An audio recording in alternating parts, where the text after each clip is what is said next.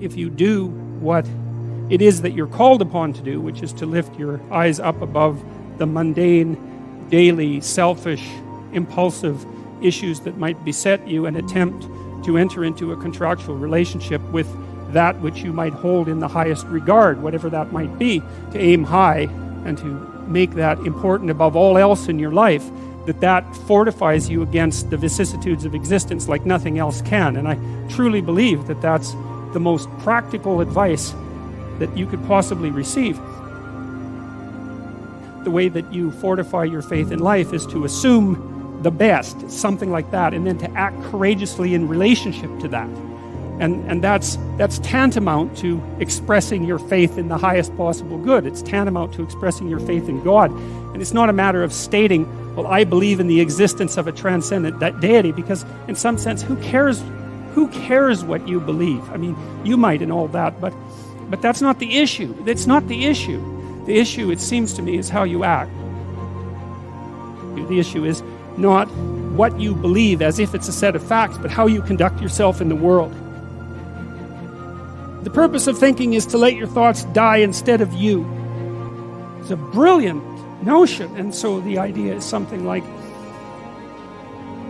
you can conjure up a representation of yourself. You can conjure up a variety of potential representations of yourself in the future. You can lay out how those future representations of yourself are likely to prevail or fail. You can cull the potential yous in the future that will fail, and then you can embody the ones that will succeed.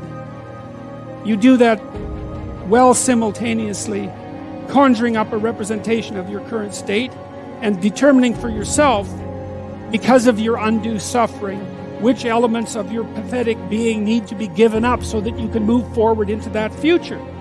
And the goal, what is it that you're aiming at with that work and that sacrifice? That's the ultimate question.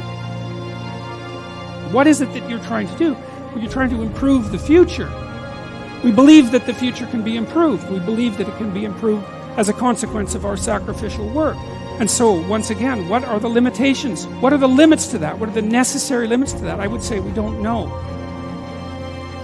We conjured up this remarkable idea. The future exists. We can see it even though it's only potential. We can adjust our behavior in the present in order to maximize our probability of success in the future. How best to do that? Well, the idea is something like, don't hesitate to offer the ultimate sacrifice if you want the future to turn out ultimately well. What is it that you could contract for, let's say, if you were willing to give up everything about you that's weak and unworthy? The proper sacrificial attitude produces a psychological state and then a social state that's a manifestation of that attitude that decreases the probability that the world will careen into hell and increases the probability that people will live high quality, meaningful, private lives in a society that's balanced and capable of supporting that. And none of that seems to me to be questionable, really. I also don't think it's anything that people don't actually know. You know, people have told me many times that when they listen to me talk, they're hearing things that they already knew but didn't know how to say. It's something like that. And this is one of those things that I think is exactly like that. I mean, I think it's at the very core of our moral knowledge, which is our behavioral knowledge and our perceptual knowledge. I mean, let's get this straight. Moral knowledge is no trivial matter. It's knowledge about how it is that you orient yourself in the world. There's no more profoundly necessary form of knowledge. Well, it's predicated on something that's exactly like this. We know that we have to make sacrifices. We know that we have to aim at what's good.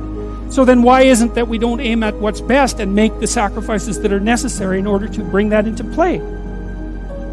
I think it seems to me that in some sense that's self-evident. The question is why we don't do it, but there's answers to that too. Life is hard, and it hurts people. It's rife with limitation, and some of it's arbitrary. And some of it's unjust, and some of it's worse, some of it's malevolent, which is even worse. It's not surprising that that combination of vicissitude can turn people against being. But I think even when that happens, and even when people have the kind of history that if they revealed to you, you would say, well, it's no wonder you turned out that way.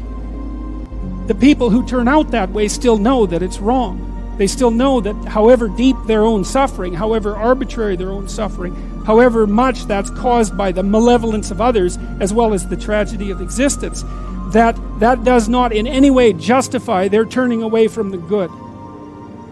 And I believe everyone knows that. I believe that they know it implicitly, even if they don't allow themselves to know it explicitly. And I believe that if they violate that idea, then they violate themselves, and that they end up in Cain's position, which is the position of the man who's been given a punishment that is too great to bear. Now we're capable of making sacrifices in abstraction, right? To conceptualize a future that we want, to let go of the things that are stopping us from moving forward, and to free ourselves from the chains of our original preconceptions. Pursue pleasure. Follow your impulses. Live for the moment. Do what's expedient. A mountain is something you have to climb, and you have to climb to the pinnacle of a mountain, and the mountain is up, right? And the mountain stretches up to heaven, and it's a long journey to specify the right place on the highest pinnacle. And that's symbolic, because of course it's a pinnacle that you're always trying to reach, just like you're always trying to aim. You're always trying to climb upward. At least that's the theory. Depends to some degree, of course, on your definition of upward. You're supposed to, again, to act out the highest good of which you're capable. Now that'll transform your life to some degree into an archetypal adventure. There's no way around that, because as you attempt to climb a higher mountain, let's say, or to aim at a higher target or something like that, then the things around you will become increasingly dramatic and of import. That happens by necessity, obviously, because if you're aiming at something difficult and profound and you're really working at it, then your life is going to become perhaps increasingly difficult and profound. But that might be okay. That might be exactly what you need as an antidote to the implicit limitations that face you as a human being. The good father is precisely someone who is willing to sacrifice his child to the ultimate good. You have a moral obligation as a parent to encourage your child to go out into the world, right?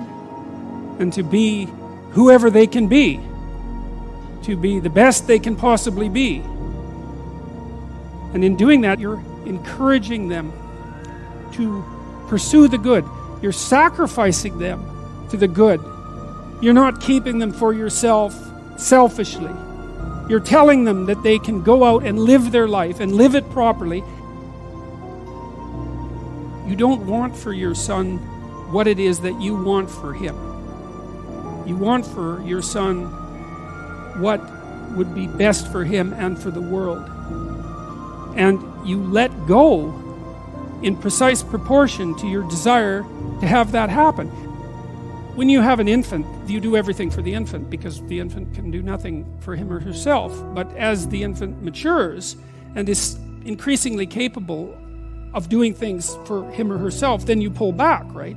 You pull back, and every time the child develops the ability to do something, you allow them or encourage them to do it, and you don't interfere.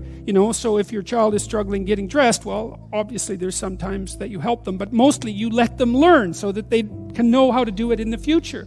That's better for you, and it's certainly better for them. There's a rule if you're working with the elderly in an old age home, and the rule is something like, don't do anything for any of the guests, let's say, that they can do for themselves, because you compromise their independence. And so as a mother, you pull back and you let your child hit him or herself against the world, and you fail to protect them. But by failing to protect them, you encourage and ennoble them to the point where you're no longer necessary. Now, they may still want to see you, and it would be wonderful if that was the case, but the point is that you're supposed to remove yourself from the equation by encouraging your child to be the best possible person that person can be. And you sacrifice your desires